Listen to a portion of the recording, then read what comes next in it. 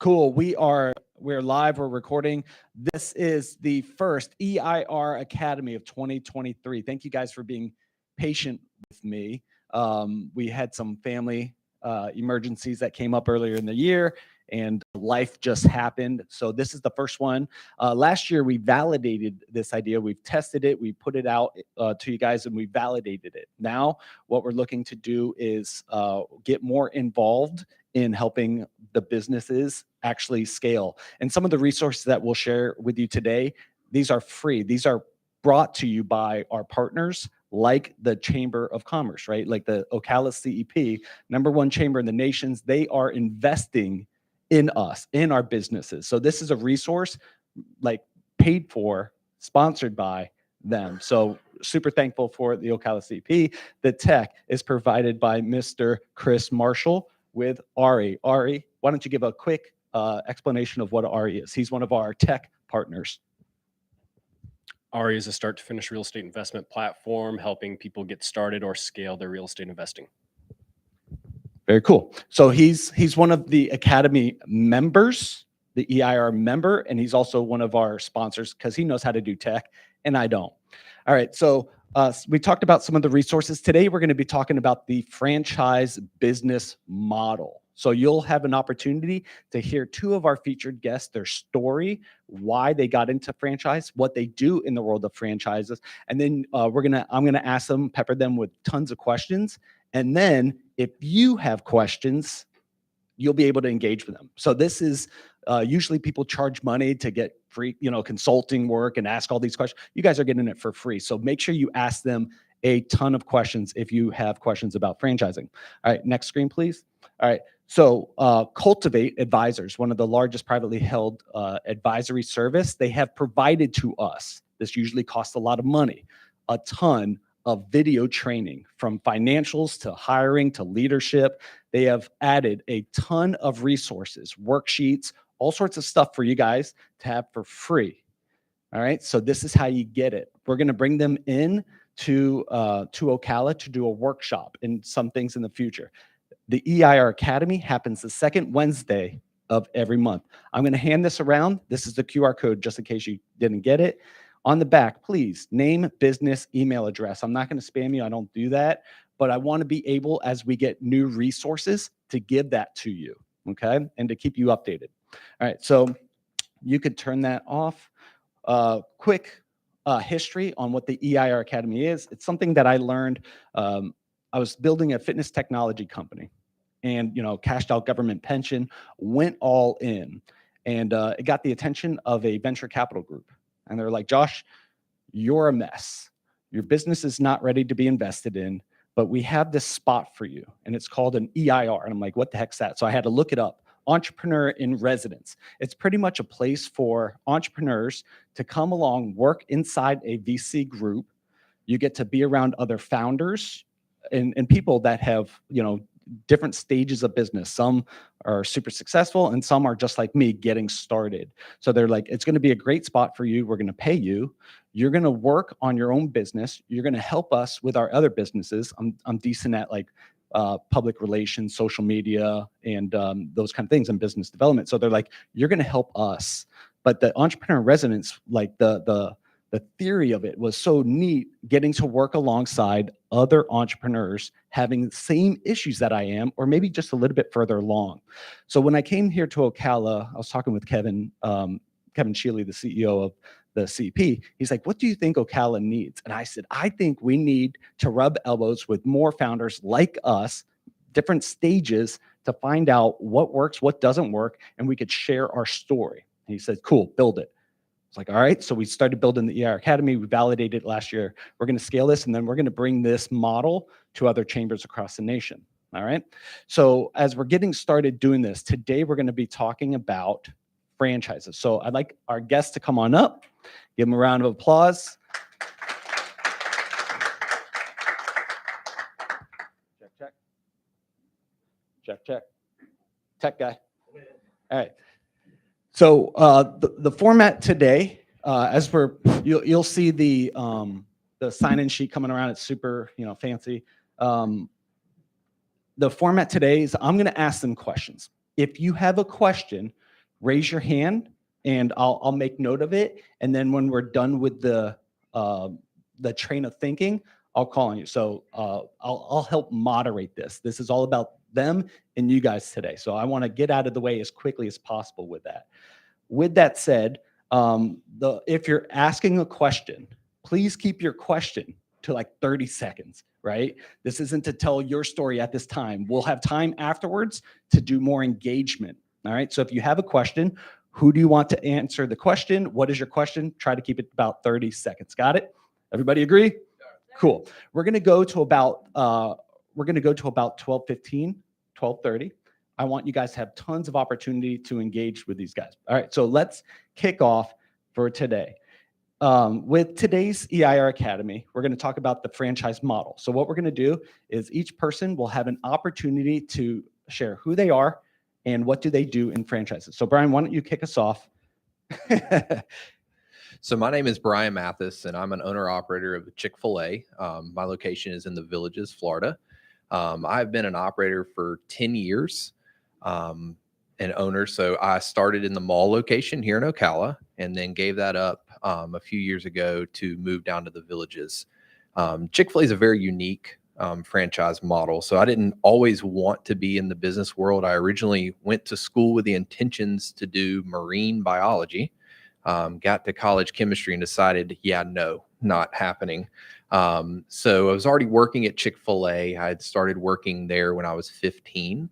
And so was able to say, well, man, what am I going to do if I can't do marine biology? Because I had all my cards in that basket and said, all right, my operator had done a great job and he had really lived a comfortable life and seemed like he enjoyed what he did. And so I said, hey, what if I did that?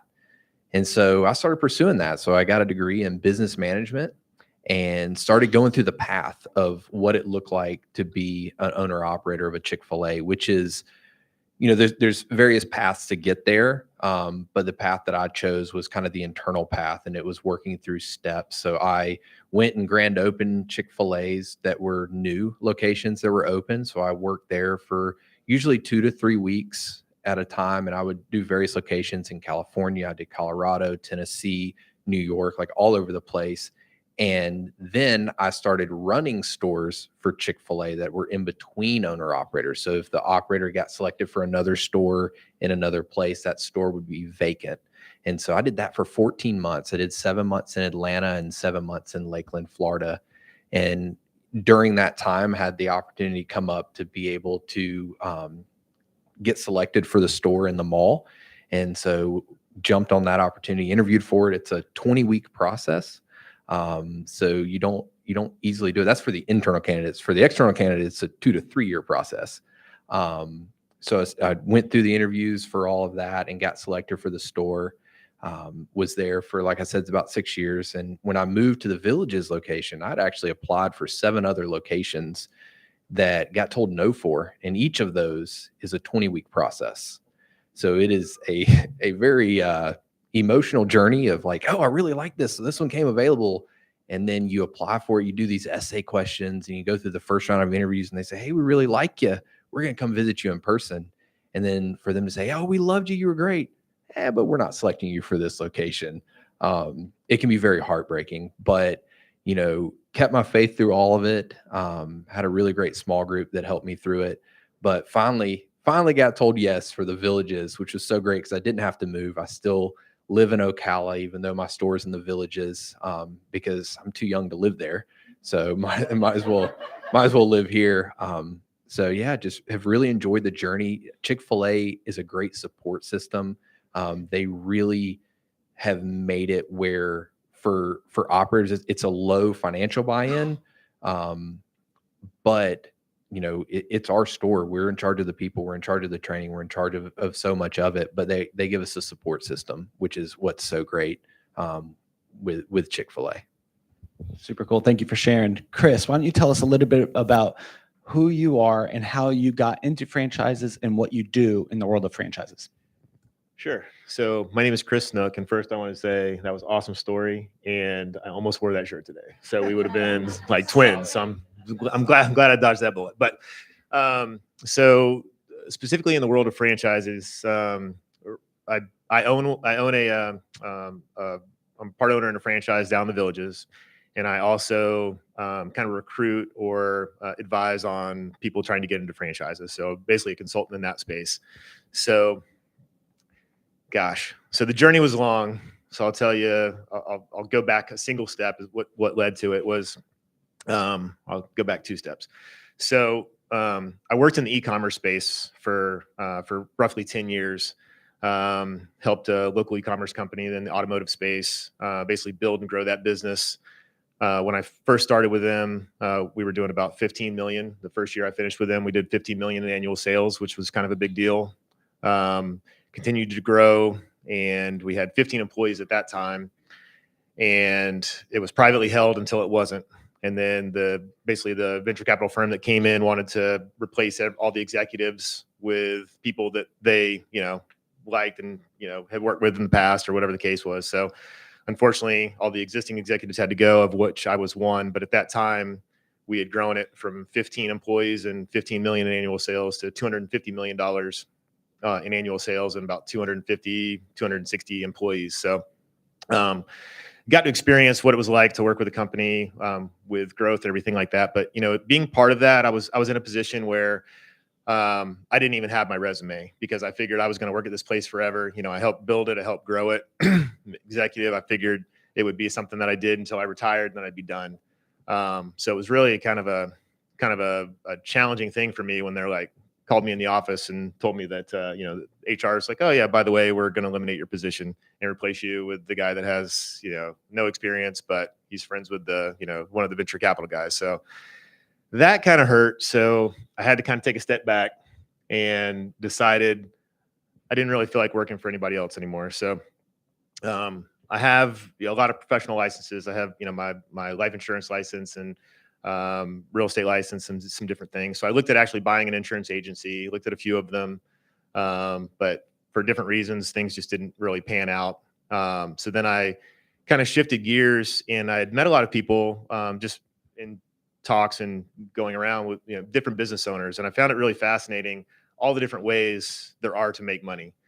And that's really how I started in the e-commerce space. Was they made accessories for vehicles, and I just thought it was like this obscure thing, and they're making $15 million. Like, how is that? It's crazy. So I basically kind of, with my real estate license, talked with I was actually working with I was looking at purchasing a insurance company down in the Villages, and I was at a networking function and met a gentleman that it was a business broker.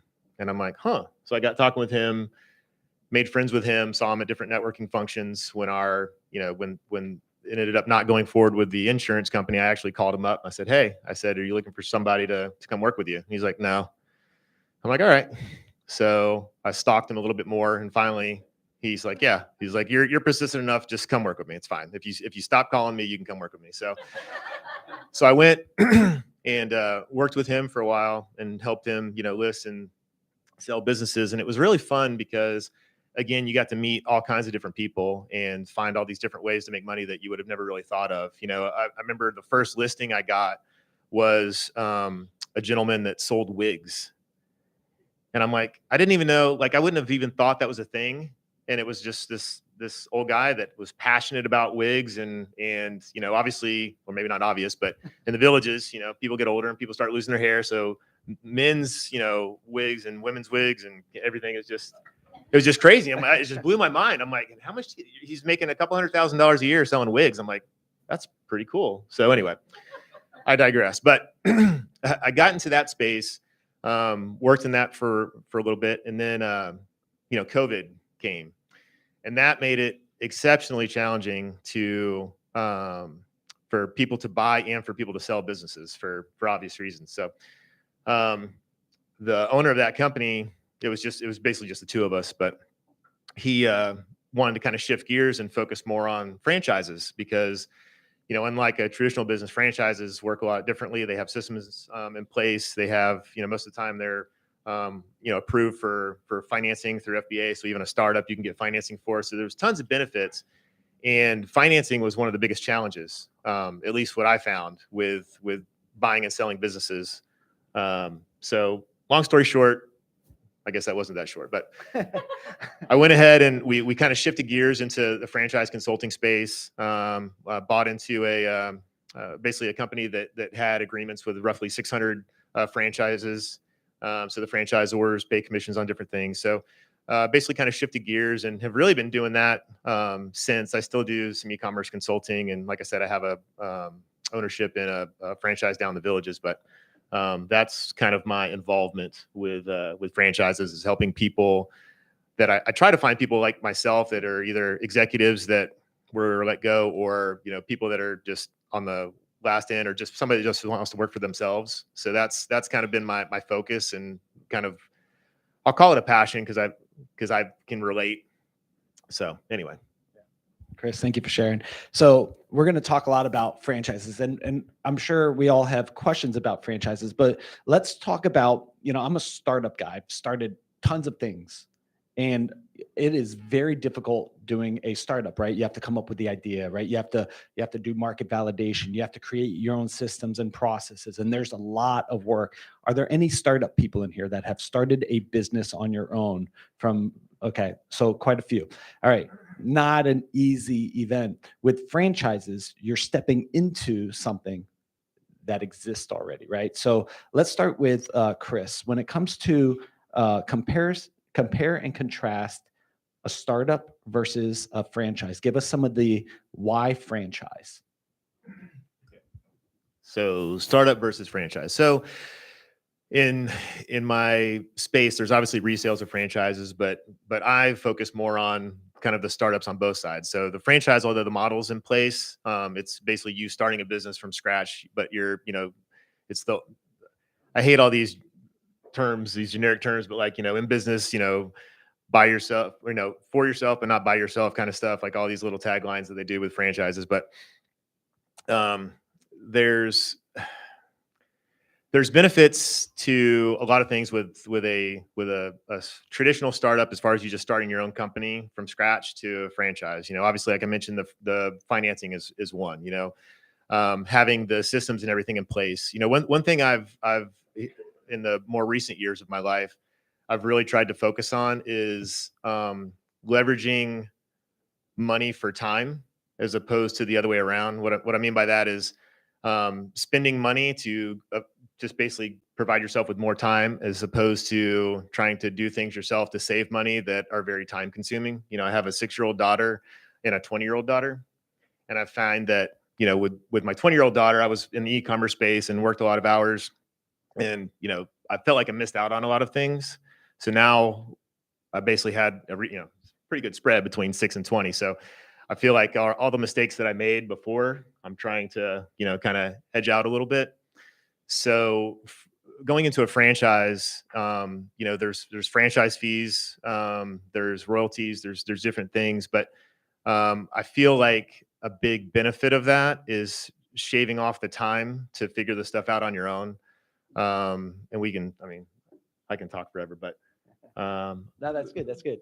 So, Brian, as we talk about franchises, right? You are owner operator, which operator, when I hear operator, I'm thinking like special ops guy or something like that, like operator stepping in. And, you work for and with one franchise. So as you're looking at that franchise model, what have you learned, and what kind of resources do they support, and why do you like the franchise model? Yeah, for me, I owned my first store at 25.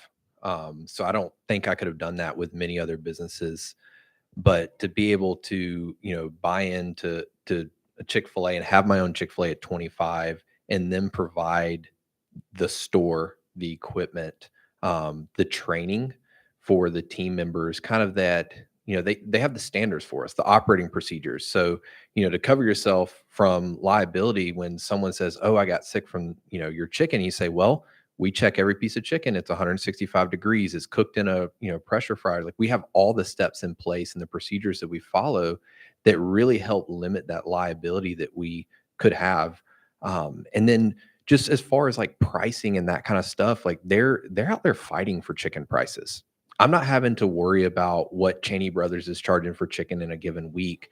I mean, Chick-fil-A knows 6, 8, 12 months in advance what, commodity prices are going to be, what chicken price is going to be, and they're locking it in for long-term rates, which helps that. So, I mean, right now, year over year, I think we're at a 30% increase of cost of goods sold, but that could have been over 60 had they not been able to lock in some of that stuff. And so it's really been great just to have that support. I mean, they handle a lot of the financial side of things. I have an accountant through Chick-fil-A that handles some month-end reporting. They put all that together for me, and just really make it where I'm able to focus on the business, like serving my guests and serving my people and my team members that I have. I'm able to have my time spent on them, and in developing kind of that Chick-fil-A culture in them. It really does. It gives me more time for that, having the support of, a company like Chick-fil-A. How many Chick-fil-A stores are there? Do you know, top of your head? Yeah, I think we just crested over 3,000 total. Okay. In 3,000 stores, you guys have tested, proved out stuff, new products, things that work, things that don't work. But you have a network that you can reach out to if you have a question or something. Talk about product development and testing out things. What has Chick-fil-A done that worked really well, and maybe stuff that they're like, nah, we're not going to use that? Yeah. So, it's kind of the cycle. We go through cycles. So, there was a time where it was like everything had to be healthy. So we rolled out like a new kale crunch. We rolled out all these things, and, we got rid of coleslaw. And most places, they're okay with that. It was chicken salad first, then it was carrot and raisin, then it was coleslaw. And being in the villages, they still ask me when we're bringing it back every time. I'm like, it wasn't healthy. They're like, oh, we need a healthier option. I want your chicken salad. I was like, do you know how much mayonnaise is in that? Or they're, asking about the carrot and raisin salad. That has like 4 cups of sugar in it, right? Like, but they test products. Recently, y'all probably saw it, that they were going to delete the side salad. And hearing customer feedback, they said, hey, actually, we're going to keep it, and so they listen. But what they're realizing is the complexity on a lot of our team members of the amount of menu items that we offer, that we have to work towards simplification.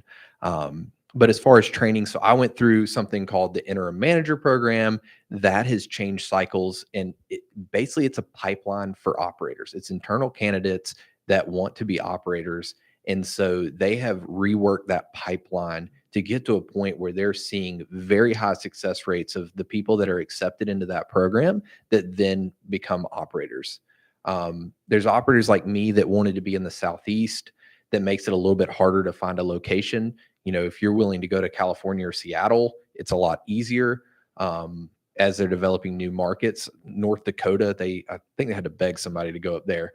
But it worked out well. Like, I was able to work for Chick-fil-A and see the jobs that were coming available, see the stores that were coming available, and be able to apply for those, and already have that initial round of interviews that the externals have to go through. They know me, they know what I'm capable of, they know the work that I do, and so they're able to kind of churn that out and make the turnaround a lot quicker. Chris, let's just say I'm an executive and I've worked somewhere for 15, 20 years, which I've never had a job that long. I'm an entrepreneur, right? But let's just role play here. And I just got laid off. I got a nice severance package, got a self-directed 401 or IRA or whatever. I got money in the bank, and I'm like, man, I'd like to maybe explore having my own business, right? And they come to you and they go, man, you got 600 franchises, and you go, and you walk them through the process of choosing one of those 600-ish. What does that look like? So it usually doesn't work exactly that way. What it is they come for a specific franchise. They're already convinced that this is the one I want. I don't even want to look at any other ones. This is it. I already looked at what they require. I'm in, all in. And then as I kind of go through a questionnaire, I usually, I'll do a half hour to an hour kind of phone call with them just to learn more about them. I'd like, it's beneficial to find something that they at least care about or are passionate about would be preferred, because a lot of times it's just, I'll get people like I'm working with a gentleman right now. In the first conversation we had is, yeah, I need to make 6 figures in my first year, and I don't care what it is as long as it makes money. Well, there's a lot of things that make money, and 6 months, your first year making 100 grand, it's possible, but is it likely? Let's talk through some of this. So I basically go through a lot of different questions, try to get to know them. But they usually, like I said, have something in mind, and at some point, sometimes it's at the FD, like the franchise disclosure document. When they receive that, it throws a bunch of red flags, or sometimes it's the initial contact with the franchise themselves. Yes, it's it's going to be roughly 150,000 to get into this one, all in, but that covers you for the first 3 to 6 months, and then where are you at after that? Oh, you want to have a salary? Okay, well, if you want to try to pull immediately, then we need to look at some different things. So it's really a process. I really try to not there's some companies that would pay me more if I can kind of push them that direction, and I'm very cautious with doing that. I don't even look at like what commission would be per se on my end, because I want to try to make sure that I'm adding the value of finding the right fit, because what makes me happy and excited is their success long term. So I don't want to put them in something that I don't think is beneficial to them, if that makes sense. You had mentioned something about the streamlining the menus and things like that, and that's actually just wanted to mention there's multiple like restaurants that I worked with that did the exact same thing, kind of more streamlined it. There's a book called Built to Serve, or no, Built to Sell. I'm sorry. There is a Built to Serve, but Built to Sell that kind of goes into that kind of idea. But anyway, it's good. So check it out. Yeah. So when choosing the right fit, do you have something to add, Brian? Okay. When choosing, you're doing great there. When choosing the right fit, let's just say I come to you, and I'm like, I'm gonna buy a, what other type of franchise, and we start going through this process, and I go, wow, there's other things that I might not have considered. What are some considerations of choosing the right fit when a franchise? Before you answer that, Chris, we're going to do some audience questions. We had will you grab another mic? We only have 2 mics. Okay, I'll give up mine when that comes. So maybe you could do some running around with us. Don't give the mic to the person though, because they'll hold it forever. So you 30-second question. Remember when it comes time. So you'll be the first question, but let's do this with you. Is what are some considerations of choosing the right fit for choosing a franchise? So the finance part becomes big. A lot of people want to try to sell finance, which is great if you have the cash to do that and the capital to do that. But knowing where your money's going to come from up front is obviously beneficial, because there's the startup costs. Like I'll give myself an example. So we did an AC franchise down in the Villages, my partner and I. So I don't know anything about AC. All I know is that it's Florida and it gets hot, and when my AC goes out, I have to get it fixed, right? So that's all I knew about it. So I went and I looked at a bunch of different franchises myself and with my partner, and we both kind of landed on one that was kind of checked off some boxes with some different things that they offered in their model and things. But they helped us with the licensing and everything else. I'm going to go off on a tangent. I forgot what the question was. Yeah, so the question is, what are other considerations? So front, like financing, you didn't know a dang thing about AC. No. You need it. Like, come into a franchise. Do I need to buy a franchise where I have a specialty, or where I have expertise? So the finance thing is obviously crucial to know upfront, or at least have figure out if it's going to be something that you can afford to do on yourself, if you need to bring in a partner, if you need to get financing. The other thing is I try to remind people that you shouldn't get into it unless you at least have an idea of how you want to get out. And what I mean by that is, when I was brokering businesses, quite a few times we would go to sell a business, and that business would be family owned, husband, wife, kids, whatever. But they'd have this business and they'd have it 20 years old, but they'd have no systems in place, and in reality there is no business without them. So the other thing is that a lot of them didn't even consider how to get out of the business until somebody got sick or ill, or something external thing happened. And at that point, it's extremely challenging to sell a business or maintain a business if that was your livelihood. So knowing what you expect, as far as if you're wanting to get into it, build it up and sell it. If you're wanting to get into it, have it run on cruise control and feed you that way. I mean, that part of the conversation, a lot of people don't plan or think about. But it's certainly, I mean, especially if you're going to spend, your money and time building something, like you need to know what you're building it for. Are you building it to pass on to your kids? Are you building it because, like I said, that's a big consideration. And then how, what's your objective? Are you trying to build $100 million company? And if so, do you have the capability to do that with that particular model? With franchises, they typically have protected territories. So, if your territory is only big enough to constitute a $2 or $3 million business, 100 million's, kind of out of the question. So, all those are kind of factors that need to be addressed. Looks like Brian wants to say something. I don't have to worry about that stuff. We're good. So we have a question. Yeah, thank you.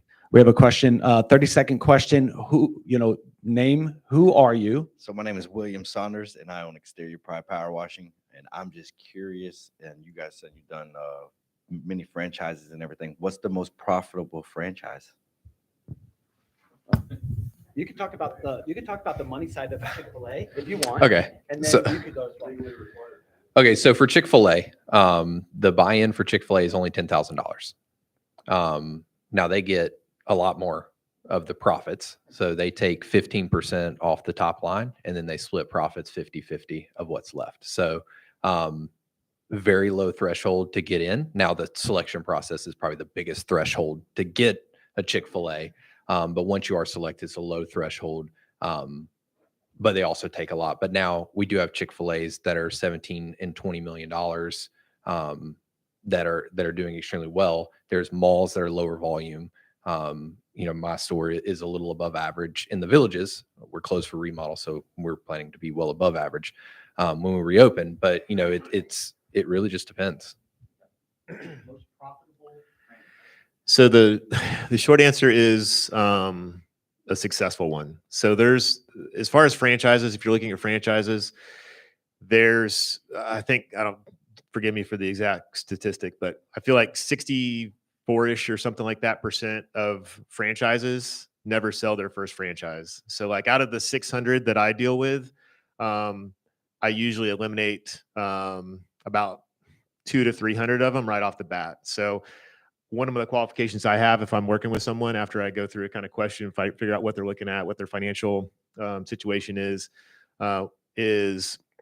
I have certain criteria that I look at. I look at how many operating units they have, how long they've been in business, how many corporate-owned stores they have, if any. But that kind of gives me an indication of where they're at. Then if it's a company I haven't worked with before, because I haven't worked with 600 of them, I'll reach out to them.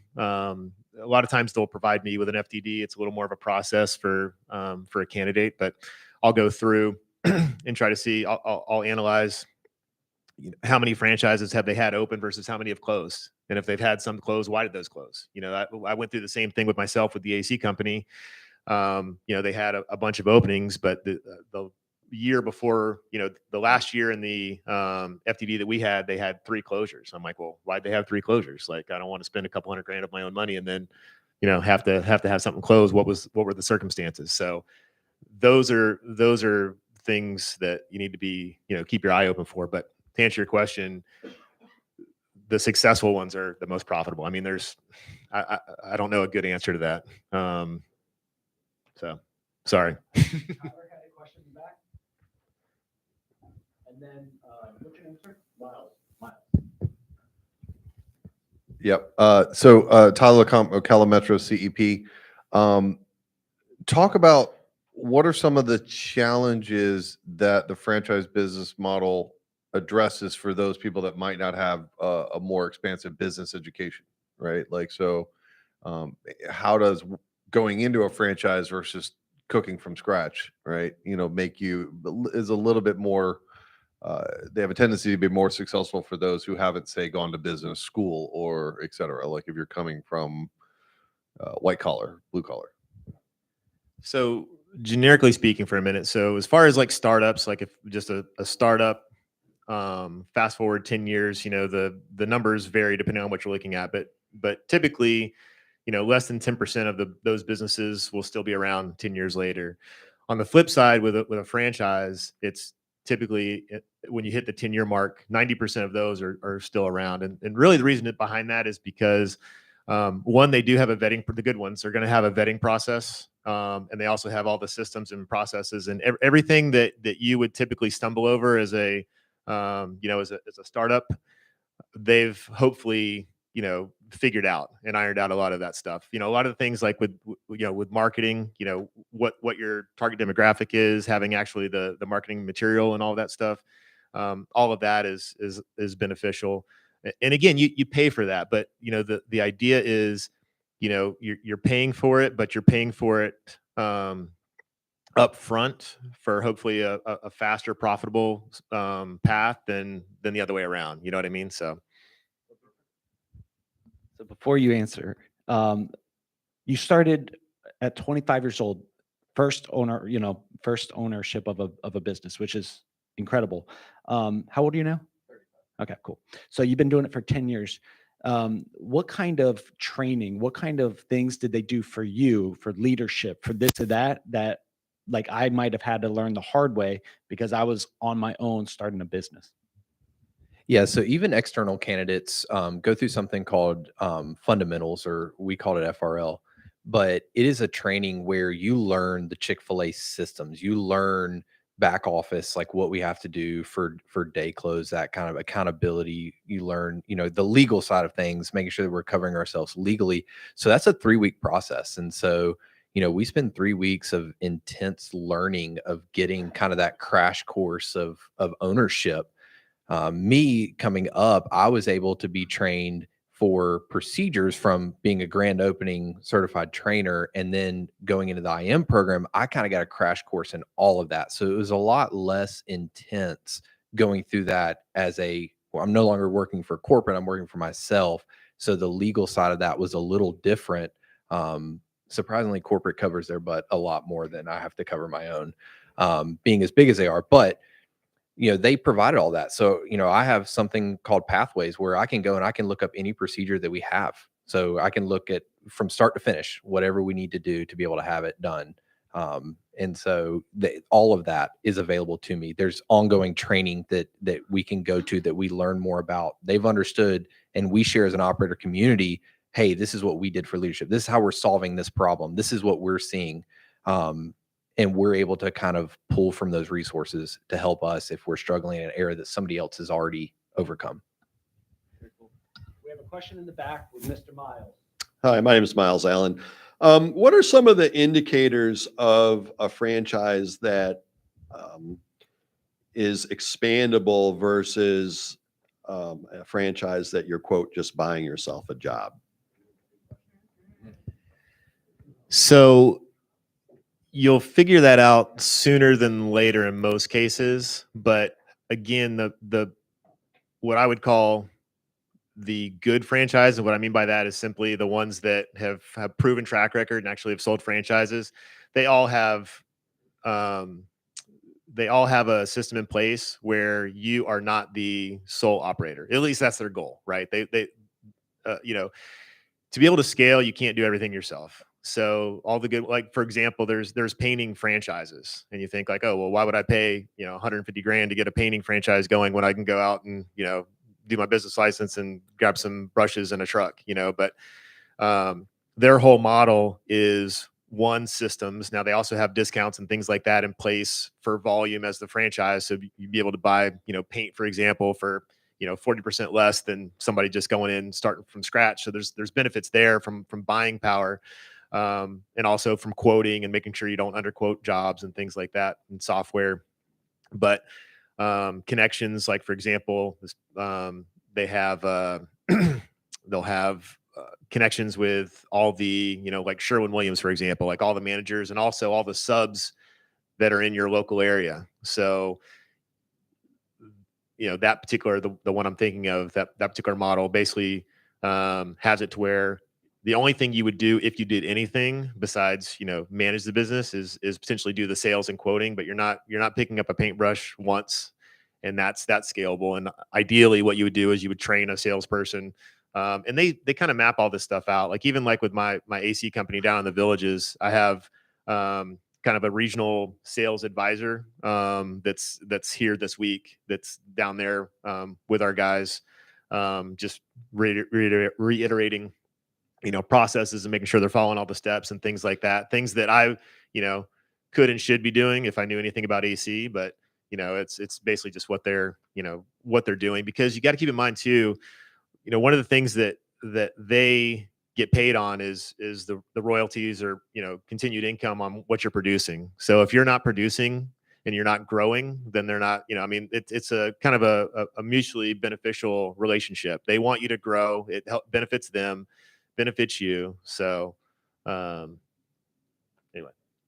Thank you. So, Chris, before you ask your question, Brian, at Bible study the other night, you were talking about a picture that you have from a special event that happened for you. So I'd like you to talk about that. And then as you share that, like I went to a Chik-fil-A in Miami, and then I go to the Villages, and you could talk about like the continuity and why that's beneficial for you guys. So, tell us that story, and then talk to us about different experiences, different places. So the event he's talking about. So when I was going through the training to become an operator, I had the opportunity to get to know one of Truett Cathy, who's the founder of Chick-fil-A. He started the Dwarf Grill, which is now the Dwarf House in Atlanta. Got to know one of his grandsons really well, and said, "Hey, I'd really love to go see your grandfather's car collection." He had this like very renowned car collection.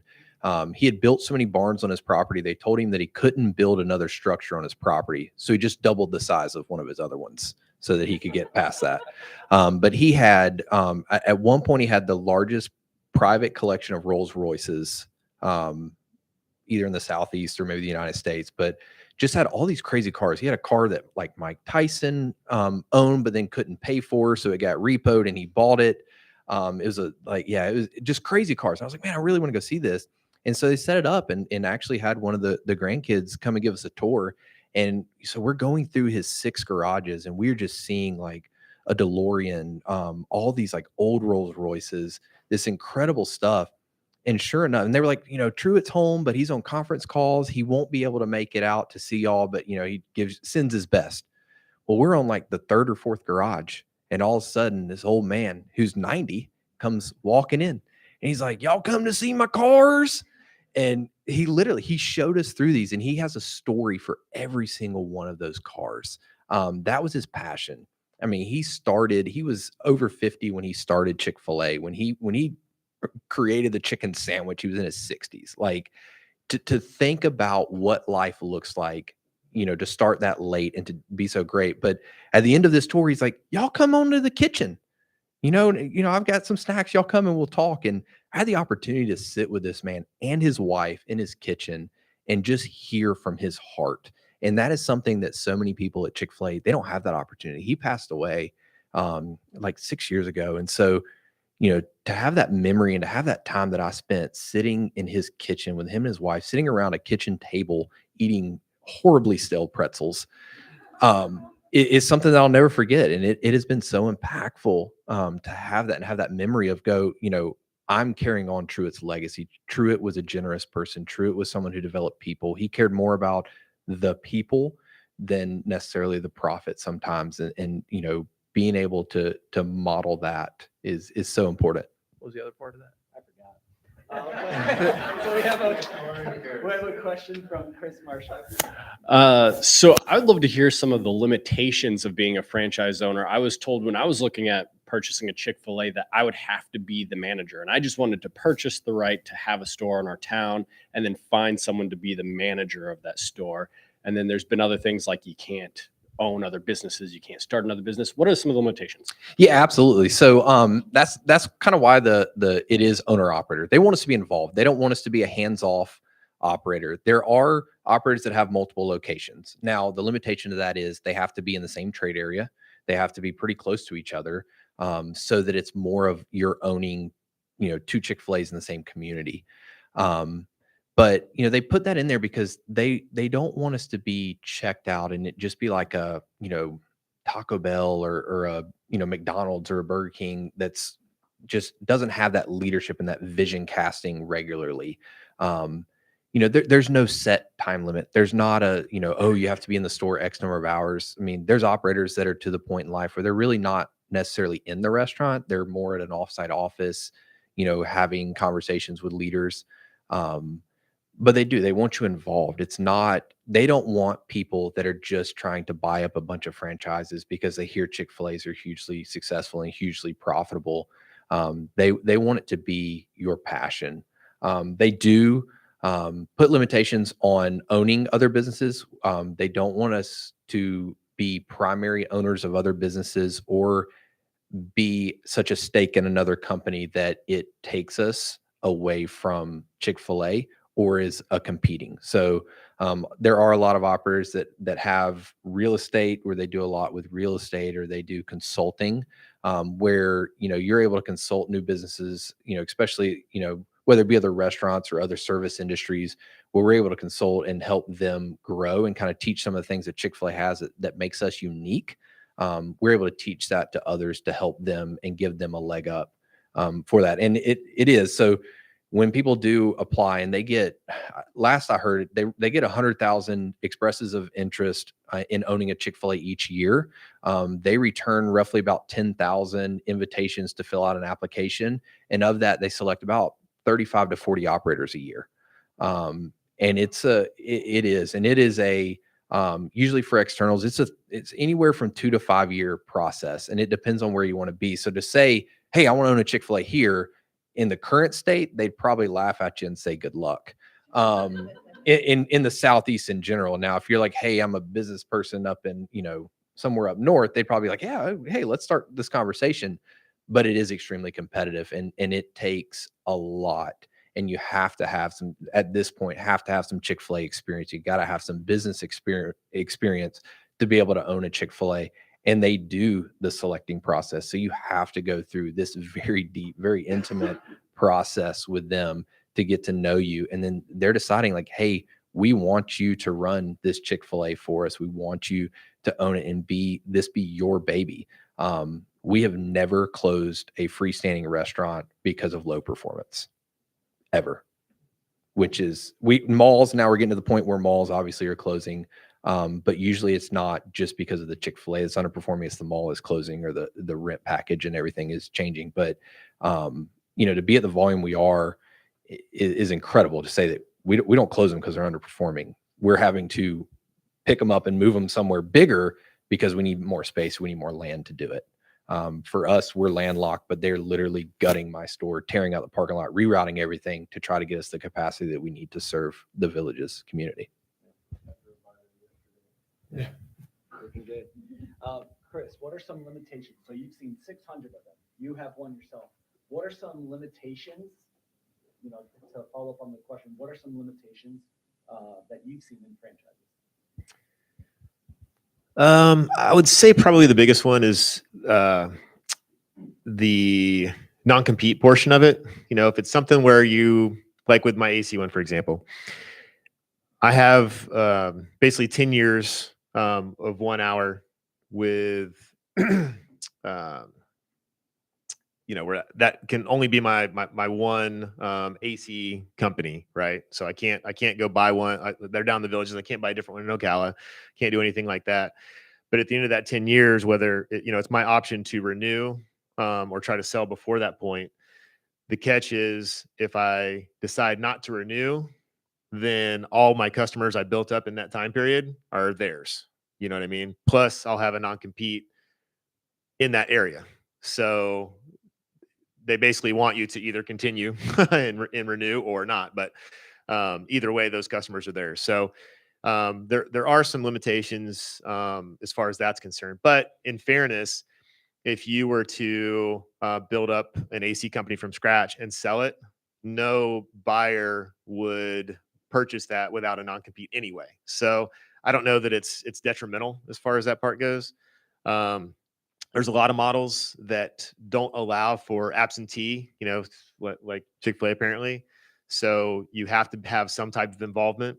But there's others that are okay with the absentee because of their model. You know, as long as you have the capital to sustain it through the growth, and you have somebody that's that's capable of managing it and running it, it's not bad. So there's pros and cons, but if you get into it and it's something that's your field, then you need to make sure that that's what you want to do, and have an exit strategy before you commit. But So your name and who's your question? Or what's your question? Who's it for? Hey guys, my name is Judith with Fee Slasher. My question is, I have like 4, but I'm going to condense them, I think, is what would be the most important elements, systems, or characteristics for a business to become a successful franchise from a startup business? Great question. And then we'll go to Carl in the back, and then Paul. So I'm actually working with a company now that's trying to franchise, and we're putting together some of the software and systems and everything in place. But all right.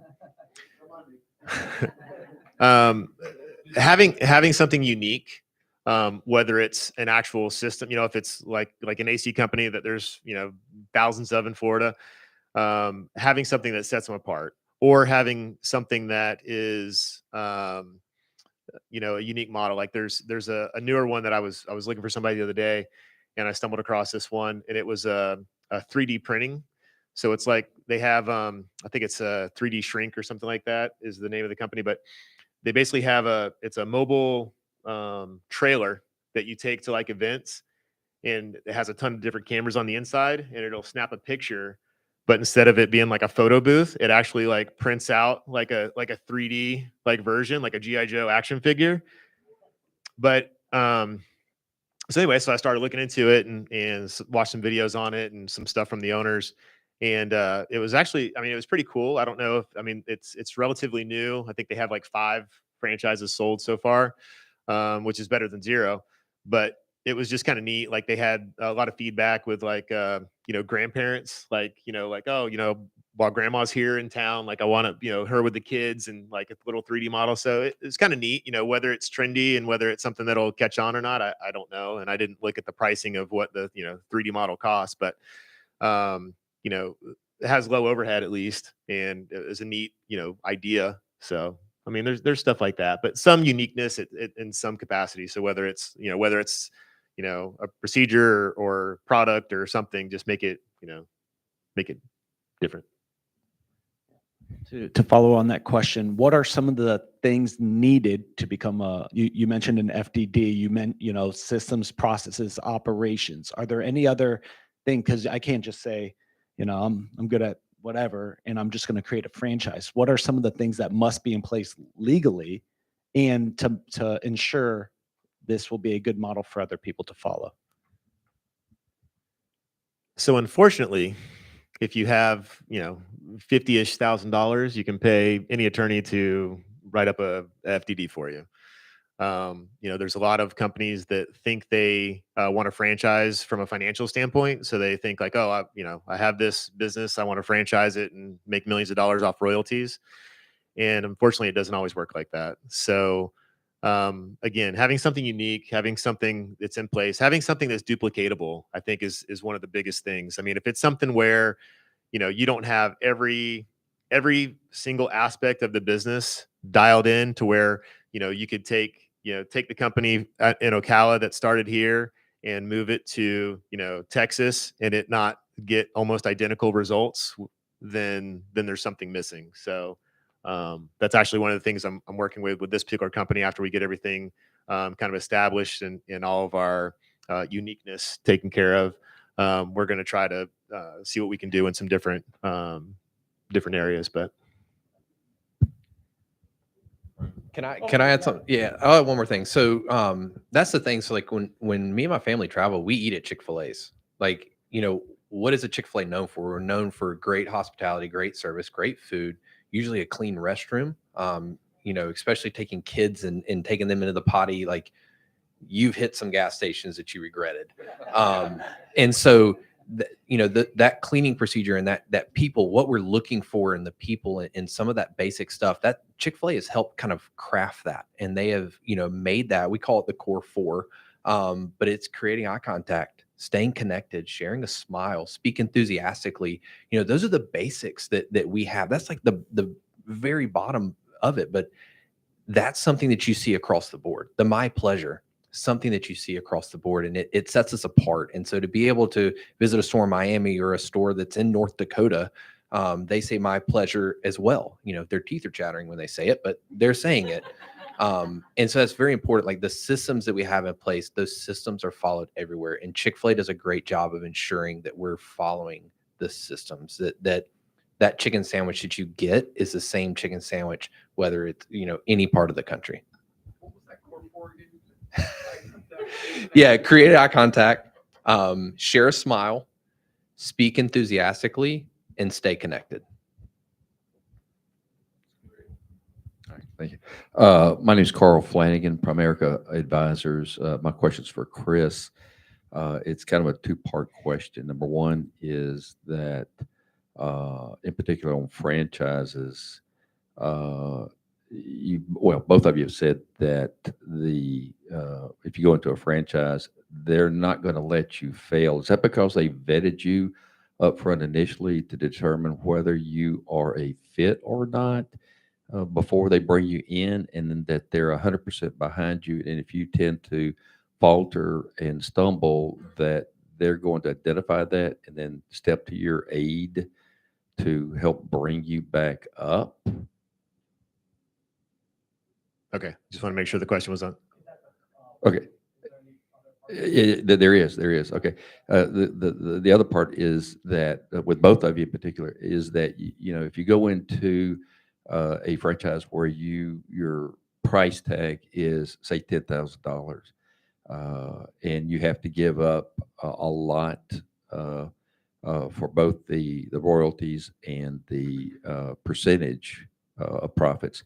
Are you able to enter into an agreement? Obviously, you're in an agreement, but are you able to modify that to say, now that I've got more cash? Because let's face it, when we get into these situations, we may be strapped for cash to begin with, so we're going to go in with the least amount possible, and then later would we be able to readjust the agreement to give them more cash for less profit?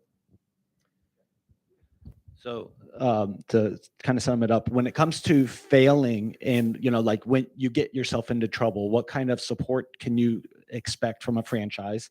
And then are the terms negotiable with Chick-fil-A and Zet? So those are the two questions.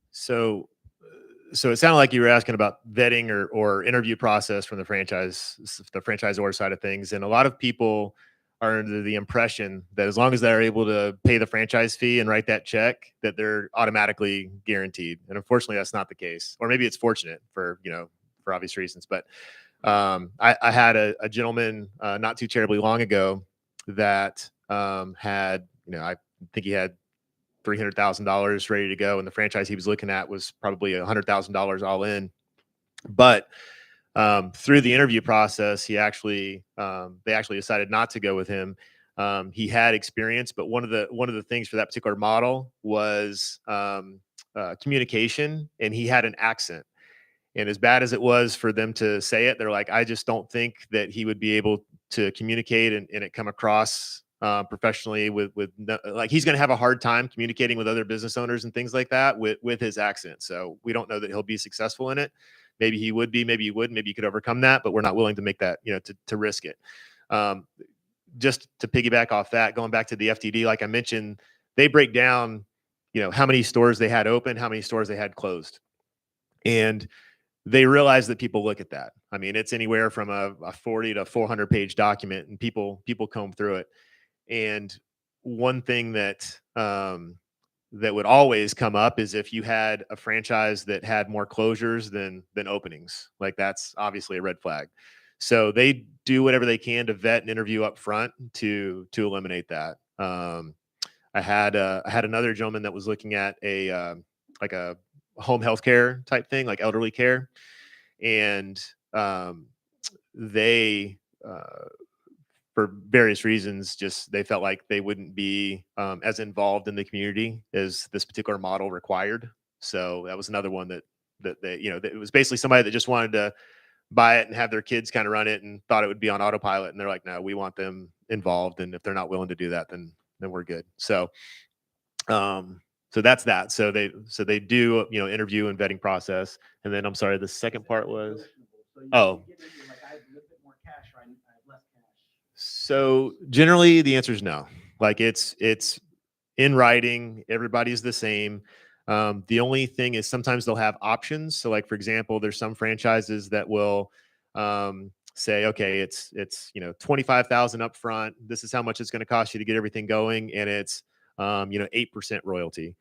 And they'll have another option that says, okay, instead of the 25, it's $2,000 down and it's 12% royalties for X number of, period of time. So there are some that fall into that category to give options, but as far as like a negotiable thing, that's not with anything that I can think of off the top of my head. It's black and white. These are your choices, and that's how it works. And they have minimums if. Oh, sorry. Well, you can finish your train of thought. That's fine. Yeah. So with Chick-fil-A, what happens when you run into tough times and they need to step in? And are the terms negotiable? So the terms are not negotiable. So the only change that there has been since the operator agreement started, which it used to be a handshake, was initially it was only $5,000, and that was the buy-in up until I think 5 years ago they made it $10,000. So it's $5,000 just to be like you're kind of buying into Chick-fil-A saying, hey, I'm gonna be an operator, and then there's a per store of $5,000. So it's not negotiable. I mean, the great thing is that you're in a partnership with Chick-fil-A. It's ironclad. There are people that have tried to fight it. I mean, it's solid. And then as far as like operators who get in trouble, so Chick-fil-A, they don't want an operator to fail. I mean, there's certain unforgivables that like food safety is one of them. Like if you are below a threshold of food safety, like they're gonna give you pay tons of money to help you. But if you can improve and they say, hey, this is a problem that's not going to be fixable, then they will terminate that operator agreement. There's crimes, obviously, any relations with team members, drugs, criminal arrests, which, I mean, that's the thing is, if we had someone who was in a hit and run, they were arrested, but it wasn't them. They were falsely accused of it. But Chick-fil-A doesn't jump to conclusions. They say, hey, we're gonna help you out. We're gonna put somebody running your store for you while you get this sorted out. And it took like 6 months for it to all get sorted out. But once it was done, it was like, hey, we've got your back to this. Chick-fil-A does have our back. They definitely do. Now, they're especially younger people. They get in and they get into these stores out in Podontville that are really high volume on an expressway, and they start making a lot of money very quickly at a young age. And they make some mistakes, and some of those mistakes are unforgivable, but Chick-fil-A usually exits them very quietly. They don't make a big spectacle out of it. They're able to go in and take over that location and get somebody else in there to help be that beacon for the community. So I had my store was an operator termination in the Villages, resign termination, and then in the mall was the same thing. So I've followed in a couple operators that have left on varying terms. Thank you. Solar trainer Paul. So my question, and it might be directed more toward Chris, is because I've heard of different franchises in the past, and let's say like McDonald's, like the $1 million buy-in, and you got to be there all the time, and you got all these things you're in charge of, and at the end of the year, bottom line, some of these big name franchises are maybe they're only netting 30 or 50,000 a year, which is like a job and not a great one or whatever. And I mean, I know another one that's an owner of a national franchise here in town. It's in the food industry. I won't say what.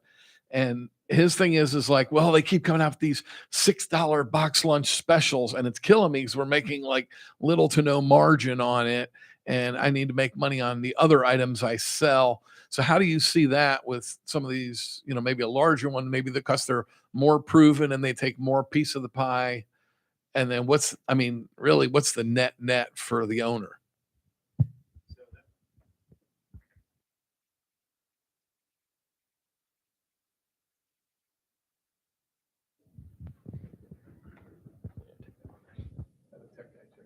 Hello. All right. That might be a good question for Brian, so I'll make him talk too. But because so food. So let me just answer one question real quick, or wasn't a question, but I'll ask it myself. Food is something that I don't generally work with. It's not that if somebody was interested in that and it was truly a good fit, I would, but it's not. Restaurants in general, regardless of how good the model is, are not outside of Chick-fil-A, obviously, are not super easy to get successful because of various things.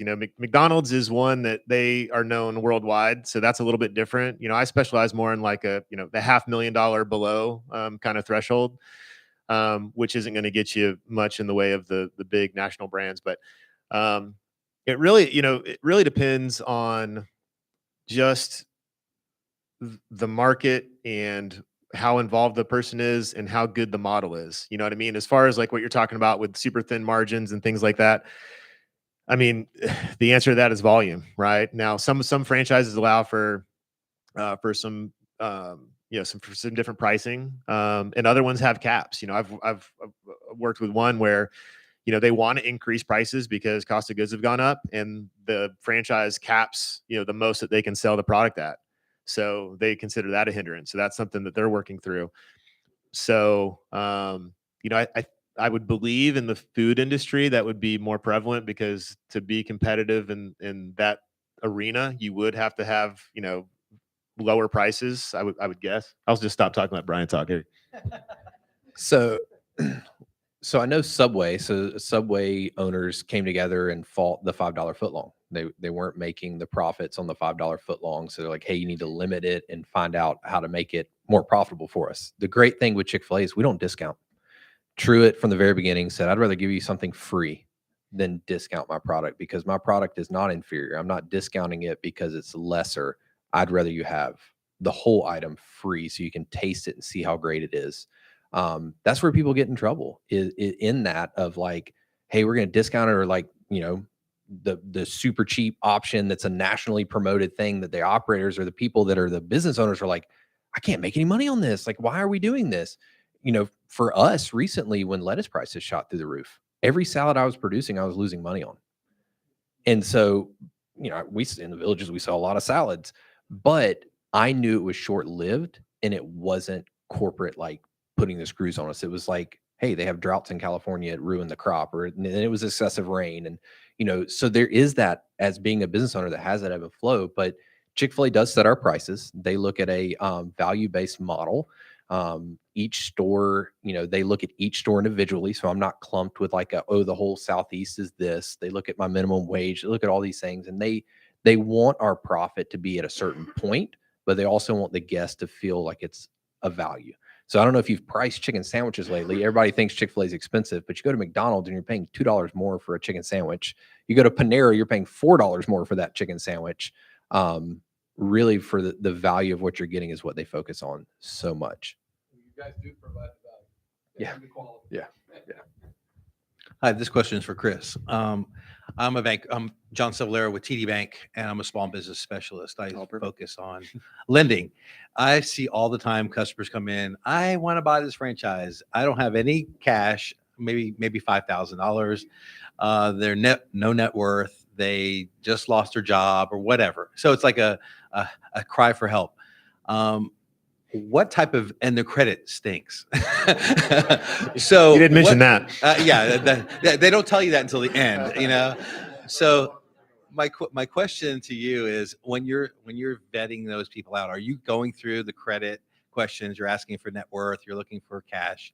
What are some of those questions you're asking to those folks? So I will tell you, yes. I do ask those questions because they're important to know up front. It's not necessarily the first question I ask, but within that first, half hour to hour kind of meeting that I have with them, it absolutely comes up.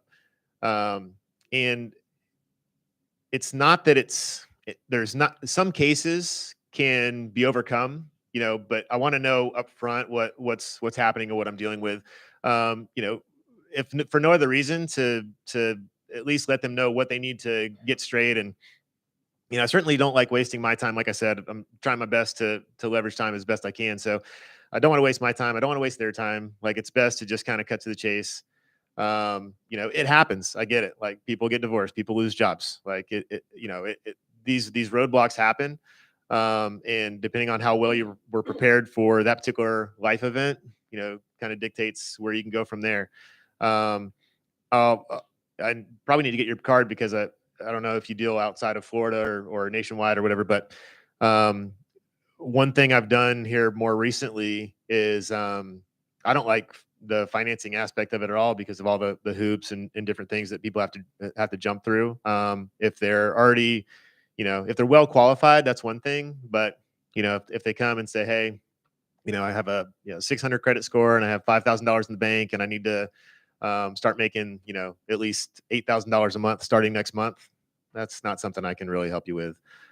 Start to finish, going through the franchise process, even if it was something where the first franchise that I suggested to you, you absolutely fell in love with it, and I set up the interview the following day, and you went ahead and signed the FDD a day after that, it's still going to be typically months before you're in a position where you can open your doors. You have to actually find a location in some scenarios. You have to buy equipment.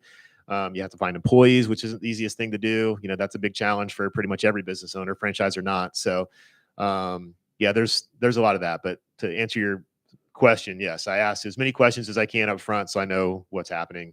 If they're going to partner with somebody that has money, or however that works, all those questions come up. So.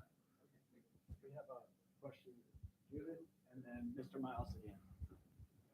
So for those of you who know what I do, this is going to sound self-serving, but that's not where it's coming from, okay? To be clear. I have worked with a lot of different franchise owners who are not allowed to bring in subcontractors for some things, and for other things they are. So my question is, how many franchises allow that, and how often do you see that as a barrier where they wind up getting so big that they're not getting the cost savings that maybe they should be getting as a franchise while they're running a small business, essentially? And what I want is I do want this to be serving to you as well. She does credit card processing. She's fee slasher, right? And cost analysis. So one, will franchises allow it? And two, maybe, how do you get into a franchise? So if she is trying to break into some franchises. So both you guys asked this. So Chick-fil-A, as we've grown and we've scaled, they used to do everything in-house, and now they've slowly kind of peeled back and said, hey, we're going to get you to go and do this yourself. Like health insurance. It was something that Chick-fil-A handled for so many years. And finally they were like, hey, so we're going to need y'all to go get your own health insurance. And it was like this big, oh my gosh. So there's more and more things. And they really do give us the freedom, but they kind of give us guardrails. So like it may be hey, here are some recommendations. Hey, this is what you may want to look for. These are some questions you may want to ask. I mean, they give us that for, our CPAs. Like or whoever's doing our taxes, like, hey, these are some questions you're probably going to want to ask them because your franchise model is very unique. So for us, like, yes, I use subcontractors for a lot of cleaning and stuff. And even now with labor shortages, we're using third parties, and it really is, approaching the people, but approaching the right way.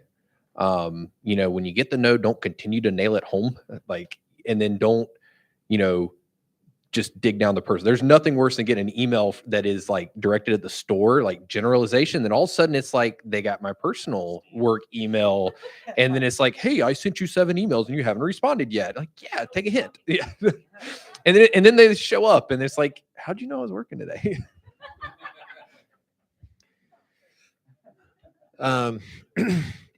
It's kind of a hard question to answer. There's, as a lot of these companies, a lot of the franchisors grow, the bigger they get, the more they're able to leverage their size and try to, get cost savings internally. So without knowing specifics, it's hard for me to generalize on, that portion of it. Sure. Okay, so as a really brief example, like working with a college or working with a franchise, I've had times where we've been able to renegotiate a whole bunch of the contracts that have been in place for them as a business owner, and that's been able to lower their overheads, though the systems were still the same in place. So that should help me, but it really doesn't. So there's certain legal portions of it within the FDD. So like, somebody that was that's been a franchisee for 20 years had a completely different agreement 20 years ago than they put out now. And sometimes they allow for like hybrid things as far as like, okay, like you are grandfathered in on this, but we can add this part. So again, it's hard to say. I will say that in most cases, if it's something where it's truly a cost savings thing and it makes sense, most franchisors have the flexibility to, I don't want to say waiver, but to help benefit the franchisee if they know about it. You know, there's a lot of things where, again, you know, success is key, right? So there are some franchises that, you know, they're getting paid on total volume, so they don't care how much the owner ends up netting at the end of the day, as long as that number continues to grow or is stable. But most, like I say, of the good franchisors want success. They want their franchisees to talk. I mean, one of the things, you know, in the vetting process, you know, they'll interview a potential candidate, but they also, you know, after you get the FTD and it's something you want to do, they'll give a list of franchisees typically as long as you want, for you to reach out and validate, hey, is this something I want to get into? Like, let me talk to somebody. I mean, you know, talk to somebody that opened 6 months ago, talk to somebody that opened 6 years ago, you know, whatever the case is, just to find out, hey, you know, what's your experience? You know, they've been telling me this, they've been telling me I can make this, they can, you know, whatever the scenario is. And by the way, they don't tell you how much you can make, because that's a big no-no with franchise stuff. But, you know, they're telling me these will be my costs or whatever. You know, did you see the same thing? You know, as far as the growth model, you know, within 18 months, you know, this should be your trajectory. Are you seeing that? You know, they said you get this type of discount on this product. You know, how did that pan out? You know, that type of thing. So having open lines of communication are key with the franchisee and franchisor. So anyway. So before you, it is 12 o'clock. We're going to go till about 12:15 because I want you guys to be able to, you know, come and chat with them. So we've got about 12 more minutes before that happens. So Mr. Jim, go for it. Yeah, I'm Jim with usemowersonline.com. And curious, you mentioned staffing or temporary work. Did that apply to staffing? Because I thought about having a staffing for landscapers, because they. Yeah, so we have a cleaning crew that comes in every night and cleans and sanitizes the whole restaurant, and so they are based out of Orlando, and so they started in Orlando, taking people that are in the process of applying for citizenship or for green cards that wouldn't technically be. I wouldn't technically be able to hire them, but they're in the process, so they're able to hire them, and then we use them as a third party for staffing. They help us a lot with kitchen staffing. But a lot of them don't speak English, so it would be hard to put them on front counter. But it's been great. It's solved our need. And there's restaurants, Chick-fil-A restaurants in the Orlando area that basically that third party staffing is their entire kitchen, and it's solved that need because they're actually going and seeking those employees and those you know, employees that wouldn't necessarily be able to just walk into a regular store and get hired. They're helping them, so they get a cut of what they get paid, but they also help them through the legal process. Like, they have lawyers that are literally working each of their cases to help them get citizenship. So it's kind of a win-win, whereas we win in getting staff, but those people also win in getting their citizenship. No, actually it's not, surprisingly. So their rate before we closed was, I think it was like $13.75. And I mean, that's kind of our base rate, but they want them to start at that. Now we do give them raises, but they want them to start at that. But we're starting full-time employees at like $15.50. So Right now, how many employees do you need to hire? Because we've talked about this in the past. yeah, we're looking to hire about 70 people to reopen. So we got down to 50. We're going to retain probably, I think, 30 or 40 of those, and we're trying to get to 120. So yeah. Got a question in the back, Mr. Miles, and then Heather. Wow, 70 employees for a Chick-fil-A. That's Oh, a lot. we 120 is where we need Right, to be. yeah, you got to get 70 more. My question's for Chris, and it's kind of a follow-up on my original question.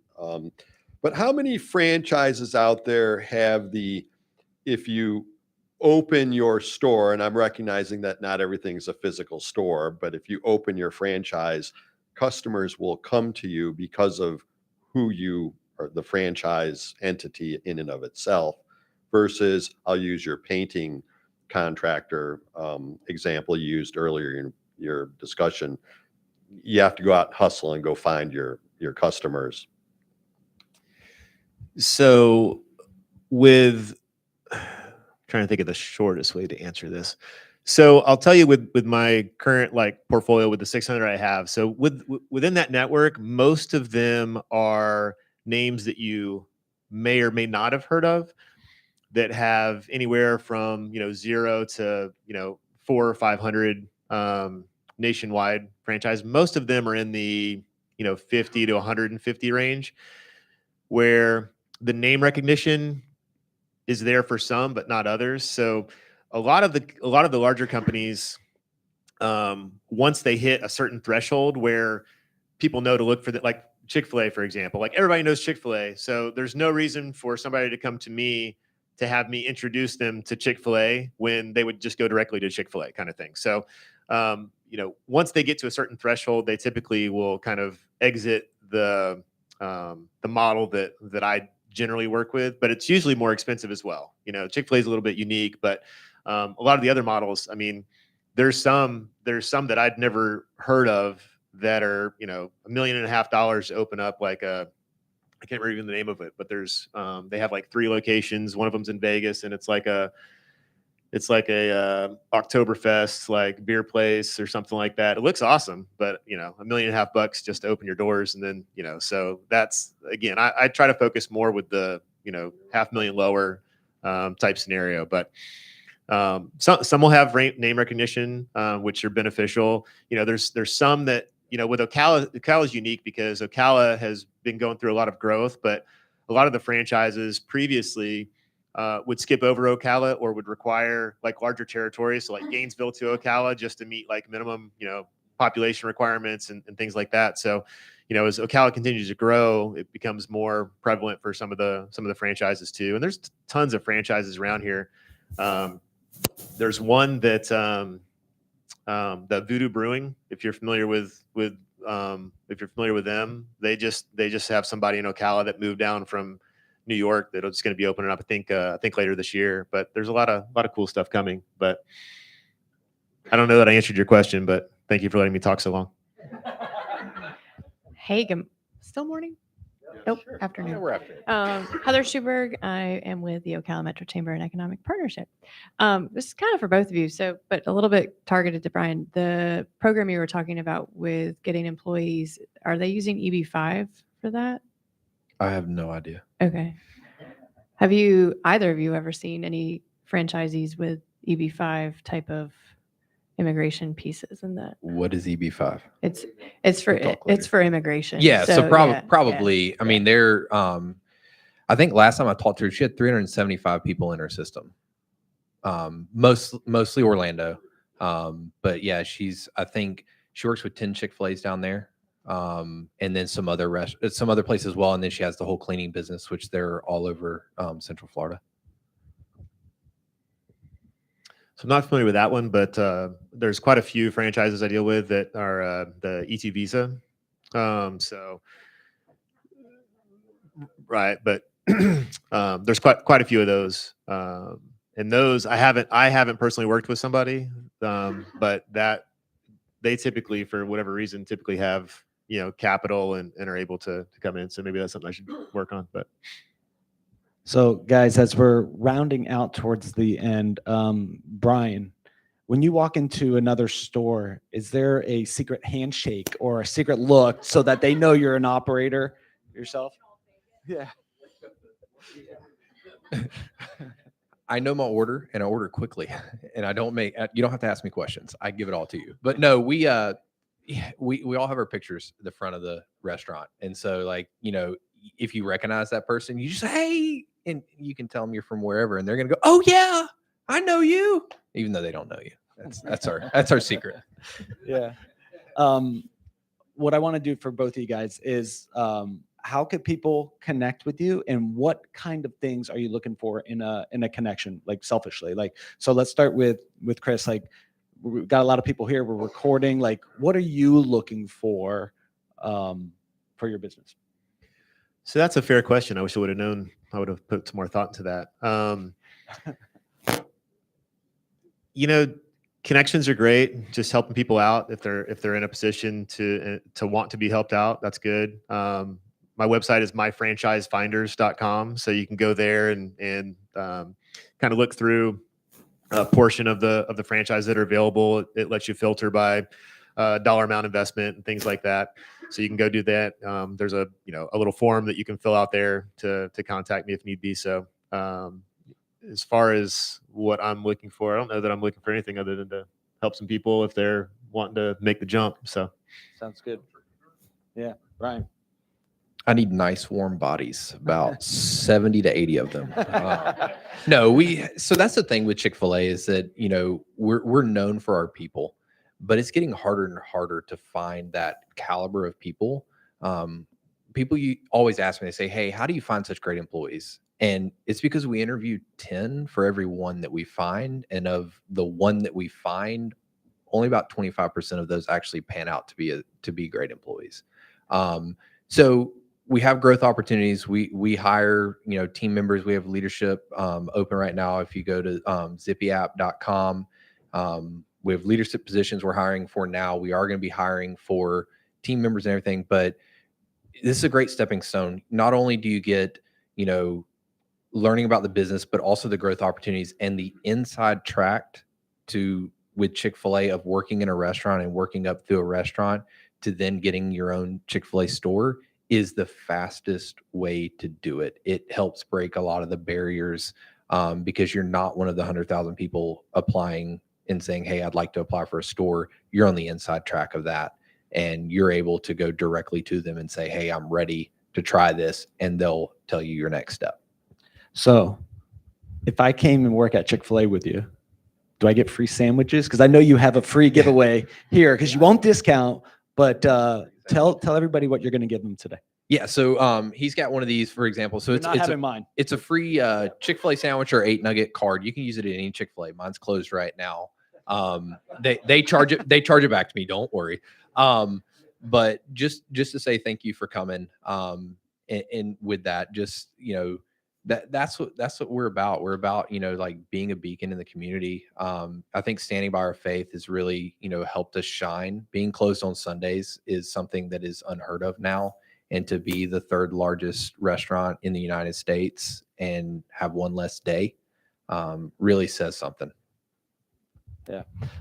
So do you guys, are there any questions or things that you would like to talk about that maybe I screwed up and did not ask you? So maybe start with Chris. Chris, are there any questions that I should have asked you that I didn't? No. Perfect. So I did a good job. All right, Brian, were there any questions or things that you would like to talk about that maybe I screwed up and did not ask? No. Boom. All right. You're a great so host. Thank you. All right. So guys, a round of applause for our guests. All right. And then what we're going to do is we're going to be here for about 15 minutes so you guys can engage with them. I know Jim and William, you guys are exploring maybe franchise models for your own business. So maybe have a chat with them. 15 minutes, and then I've got to take these guys out to lunch. So I'm going to be breaking free. 15 minutes, go.